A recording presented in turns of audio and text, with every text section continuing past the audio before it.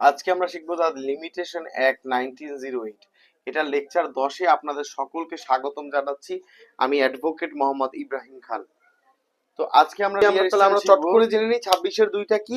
26-এর 2টা একটু জেনে নিই। 26-এর 2টা কি? 26-এর 2টা হচ্ছে 26-এর 2-এ বলা আছে কোন কোন জিনিসগুলো সুখাধিকার হিসেবে ব্যবহার করা হয়। সুখাধিকারের 4টা নাম: সুখাধিকার, ইজমেন্ট, ব্যবহার সত্ত্ব, বত্ত সত্ত্ব। সুখাধিকার, ইজমেন্ট, ব্যবহার সত্ত্ব, বত্ত সত্ত্ব। তাহলে সুখাধিকার হিসেবে ব্যবহার করা হয় কয়টা জিনিস ভাই? সুখাধিকার হিসেবে ব্যবহার করা হয় আলোর ব্যবহার। কি বলেন? আলোর ব্যবহার। আলোর ব্যবহার, ইউজ অফ লাইট। তারপরে ব্যবহার করা হয় বাতাসের ব্যবহার, ইউজ অফ এয়ার। তারপর ব্যবহার হয় পানির ব্যবহার, ইউজ অফ ওয়াটার। তারপর হচ্ছে রাস্তার ব্যবহার, ইউজ অফ ওয়ে। তারপর হচ্ছে 6 নম্বর হচ্ছে জলপ্রবাহ। তারপর 7 নম্বরে কি? অন্যান্য সুখাধিকার। এই কয়টা অংশ সুখাধিকার হিসেবে ব্যবহৃত হয়। এই কয়টা অংশ সুখাধিকার হিসেবে ব্যবহৃত হয়। প্লিজে যদি আসে সুখাধিকার হিসেবে কি কি ব্যবহৃত হয়, তখন আপনি বলবেন 26-এর 2-তে বলা আছে আলোর ব্যবহার, বাতাসের ব্যবহার, পানির ব্যবহার, রাস্তার ব্যবহার, জলপ্রবাহ, ওয়াটার কোর্স এবং অন্যান্য সুখাধিকার। আশা করি আপনারা পুরোটা বুঝতে পেরেছেন ইনশাআল্লাহ। এখান থেকে আপনাদের মহামূল্যবান একটা নাম্বার আপনারা এমসিকিউর জন্য ইনশাআল্লাহ পেয়ে যাবেন, আশা করি ইনশাআল্লাহ। আর রিটেনের জন্য আপনারা কিভাবে লিখবেন? রিটেনের জন্য শুরু করবেন ধারা 2-এর 5-এ সুখাধিকার কি, তারপর 26-এর 1 দিবেন, 26-এর 2 ব্যবহার করবেন এবং ধারা 27-এ তামাদির মেয়াদ।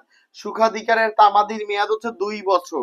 তবে এখানে 2 বছর তো দেওয়া আছে, কিন্তু একটু শর্ত পূরণ করতে হবে। সেই শর্তটা কি? সরকারি সম্পত্তি যদি হয় 60 বছর ব্যবহার করার পরে 2 বছরের মধ্যে মামলা করতে হবে। বেসরকারি সম্পত্তি 20 বছর ব্যবহার করার পরে 2 বছরের মধ্যে মামলা করতে হবে। এটা ইনশাআল্লাহ 27-এ পড়াবো। অর্থাৎ ডিয়ার স্টুডেন্ট, আজকে আমাদের লেকচার 10-এর সমাপ্তি করলাম। লেকচার 11-তে